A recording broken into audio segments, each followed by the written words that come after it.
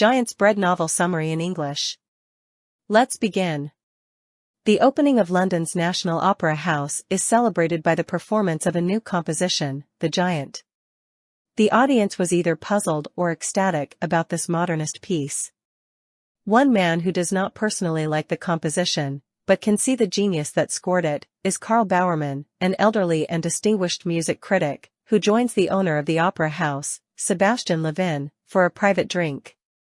Despite the foreign nature of the music, Bowerman recognizes that the composer, known as Boris Groen, must be English because nationality in music is unmistakable. He states that Groen is the natural successor to a man called Vernon Dare, who was killed in the war. Sebastian politely refuses to tell more about the absent Groen, saying there are reasons. In the late years of the Victorian era, Vernon Dare was a small boy growing up in the old country house of the Dare family, Abbots Puissants. He was the only child of Walter, a soldier by profession, and Myra Dare, who was something of an emotional and clinging person. Walter is a sad figure who is not in love with his wife and is subject to various dalliances. Vernon's nurse, an important figure in his childhood, raises him, but he has no friends. In their place, he has 4 imaginary friends, the most important of whom is called Mr. Green, a florid man who loves playing games and who lives in a wood that borders on the grounds of Abbots Puissants. One of the main male figures in Vernon's life is his uncle Sidney, Myra's brother, who is a self-made man who runs a manufacturing business in Birmingham and is someone with whom Vernon instinctively feels uncomfortable. Someone who promotes a different reaction is Walter's sister, Nina, an artistic woman who impresses Vernon by her playing of the grand piano in the house. This is an object for which Vernon has an unreasoning terror, naming it the Beast, as it promotes a hatred of music in his soul. Aunt Nina's marriage breaks up and Walter wants her and her young daughter Josephine, Jo, to live with them, but Myra objects. Fate takes a turn though, when the Boer War breaks out and Walter goes off to fight. In his absence, whilst Vernon is away at school, Nina dies, and Myra takes Jo in. As a result, Vernon has a playmate in the holidays, and the two start to make a circle of acquaintances. One of them, Nell Vereker, is a thin girl who cannot keep up with Vernon and Jo in their games. The local village is aghast when the property adjoining Abbots Puissants is bought by a rich Jewish family called the Levins and, although held at arm's length at first, gradually the family come to be held in a grudging acceptance. Vernon and Jo also make friends with the son of the family, Sebastian, who is about the same age as them. A few weeks before the end of the war, Walter Dare is killed in action and Vernon inherits Abbots Puissants, though as he is not of age so it is held in trust for him. A shortage of money means that Myra and her son have to move, and they rent the house out while they move to Birmingham to be near. 11 years pass. Vernon and Sebastian have remained friends through their time at Eton and Cambridge. Sebastian's father has died in the intervening years and he, unlike Vernon, has inherited millions. Sebastian is starting on his career as a patron of the arts, opening a gallery in Bond Street, while Jo has artistic tastes and Vernon is at a loose end as to what he wants to do, money, or the lack of it, still being a concern. He has a life-changing moment when he is forced to attend a charity concert at the Albert Hall and suddenly overcomes his childhood hatred of music. So much so that he declares that he wants to be a composer. Vernon reaches 21 and is bitter to learn that his financial situation means that he cannot afford to move back to Abbots Puissants. He is forced to agree that he will work at Uncle Sidney's firm, but life takes a different tack when, after a gap of several years, he meets Nell Vereker again at Cambridge. She has grown into a beautiful young woman and Vernon falls in love with her. He is opposed by Nell's mother, who has brought her up to be a lady, despite being desperately short of money herself, and is determined that Nell will marry riches. Her preferred candidate for her daughter's hand is an American called George Chetwynd. Uncle Sidney is also opposed to Vernon marrying Nell and persuades him to wait until he is more established. One night, while Nell and her mother are abroad, Vernon is introduced to a professional singer called Jane Harding at a party hosted by Sebastian. He is attracted to Jane, despite a 10-year age difference, and starts to see her, to Jo's approval, but Myra Dare's consternation. Jane's effect on Vernon is to apply himself more to composing music and, to do so, he leaves his uncle's firm.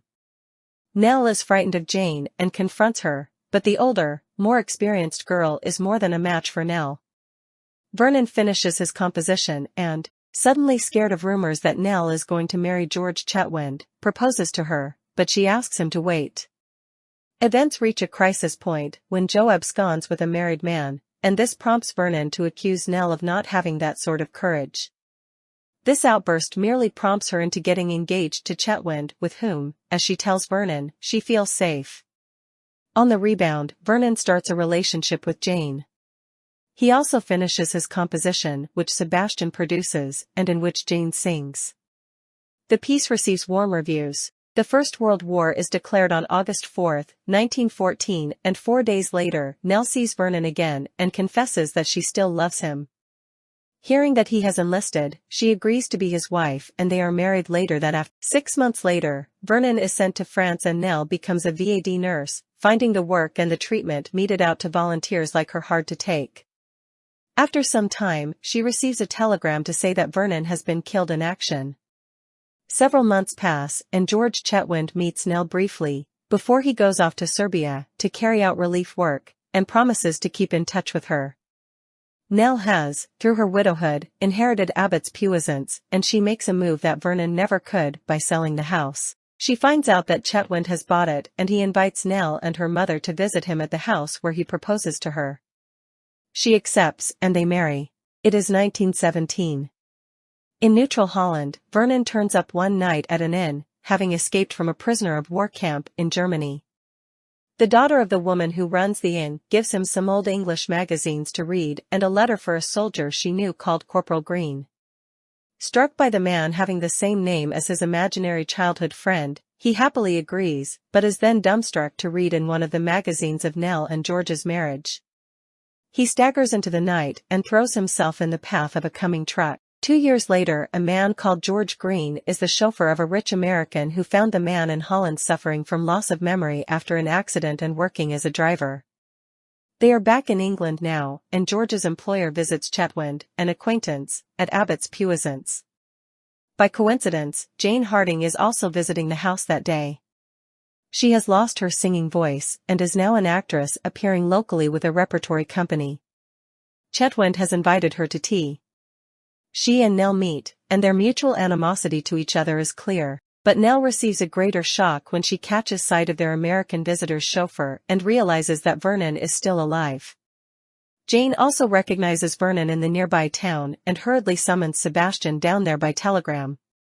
They get Vernon professional help and he slowly starts to recover his memory and has a proper reunion with Nell, while Chetwynd, unaware of what has happened, is away. Vernon wants to take up where he left off, although he accepts the loss of Abbott's puissance, but Nell, afraid, lies to him that she is pregnant. Disconsolate, Jane takes him away, no one else being aware that he is alive, but not before she has confronted. The two go to Moscow, where Vernon is taken up with Meyerhold and the avant-garde music of the new movements in Russia. They suddenly receive a telegram saying that Joe is dangerously ill in New York City, and they sail across to see her.